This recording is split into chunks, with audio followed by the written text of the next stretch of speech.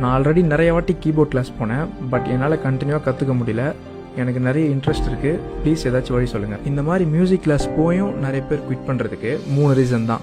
Number 1, patience. நிறைய பேர் பார்த்தீங்கன்னா கிளாஸ் போன உடனே நான் எல்லா சாங்கையும் வாசிக்கணும் கற்றுக்கணும்னு நினைப்பாங்க. அது யாராலையுமே முடியாது. செகண்ட் விஷயம், ப்ராக்டிஸ். மியூசிக் கிளாஸில் நம்ம மாஸ்டர் கிளியராக அழகாக சொல்லி கொடுப்பாங்க. ஆனால் அதை நம்ம ஒழுங்காக ப்ராக்டிஸ் பண்ண மாட்டோம். நம்ம ஒழுங்காக ப்ராக்டிஸ் பண்ணாததுனால என்ன ஆகுதுன்னா நமக்கு கான்ஃபிடென்ட்டும் போது கிளாஸையும் குவிட் பண்ணிடுறோம். 3வது விஷயம் என்னன்னு பார்த்தீங்கன்னா ரைட் கைடன்ஸ். எல்லா மியூசிக் கிளாஸ் அண்ட் அகாடமிஸ்லையுமே அவங்களுக்குன்னு வச்சிருக்க சிலபஸ் படி தான் டீச் பண்ணுவாங்க. பட் ஆனால் நீங்கள் கற்றுக்கணும்னு நினைக்கிற பர்பஸ் வேற ஒன்று இருக்கும். சரி, அப்போ எப்படி ப்ரோ எனக்கு ஏற்ற மாதிரி மியூசிக்கை ஈஸியாக லேர்ன் பண்ணுறது? அதுக்கு தான் நான் இருக்கேனே. காய்ஸ், பல வருஷமாக நான் கற்றுக்கிற ட்ரிக்ஸ் அண்ட் டிப்ஸ் டெக்னிக்ஸ் எல்லாத்தையும் நான் கிளியராக ஈஸியாக சொல்லித்தரேன். ப்ளஸ் என்னோட எக்ஸ்பீரியன்ஸ்லேருந்து நான் பண்ண மிஸ்டேக்ஸ், நான் கற்றுக்கிட்ட விஷயம், இதை எல்லாத்தையும் உங்களுக்கு சொல்லி கொடுத்து உங்களோட டைமை சேவ் பண்ண போகிறேன். நீங்கள் பண்ண வேண்டியதெல்லாம் என்னோட பேஜை ஃபாலோ பண்ணிவிட்டு ஃபர்ஸ்ட் கமெண்ட்டை மறக்காமல் ரீட் பண்ணுங்கள்.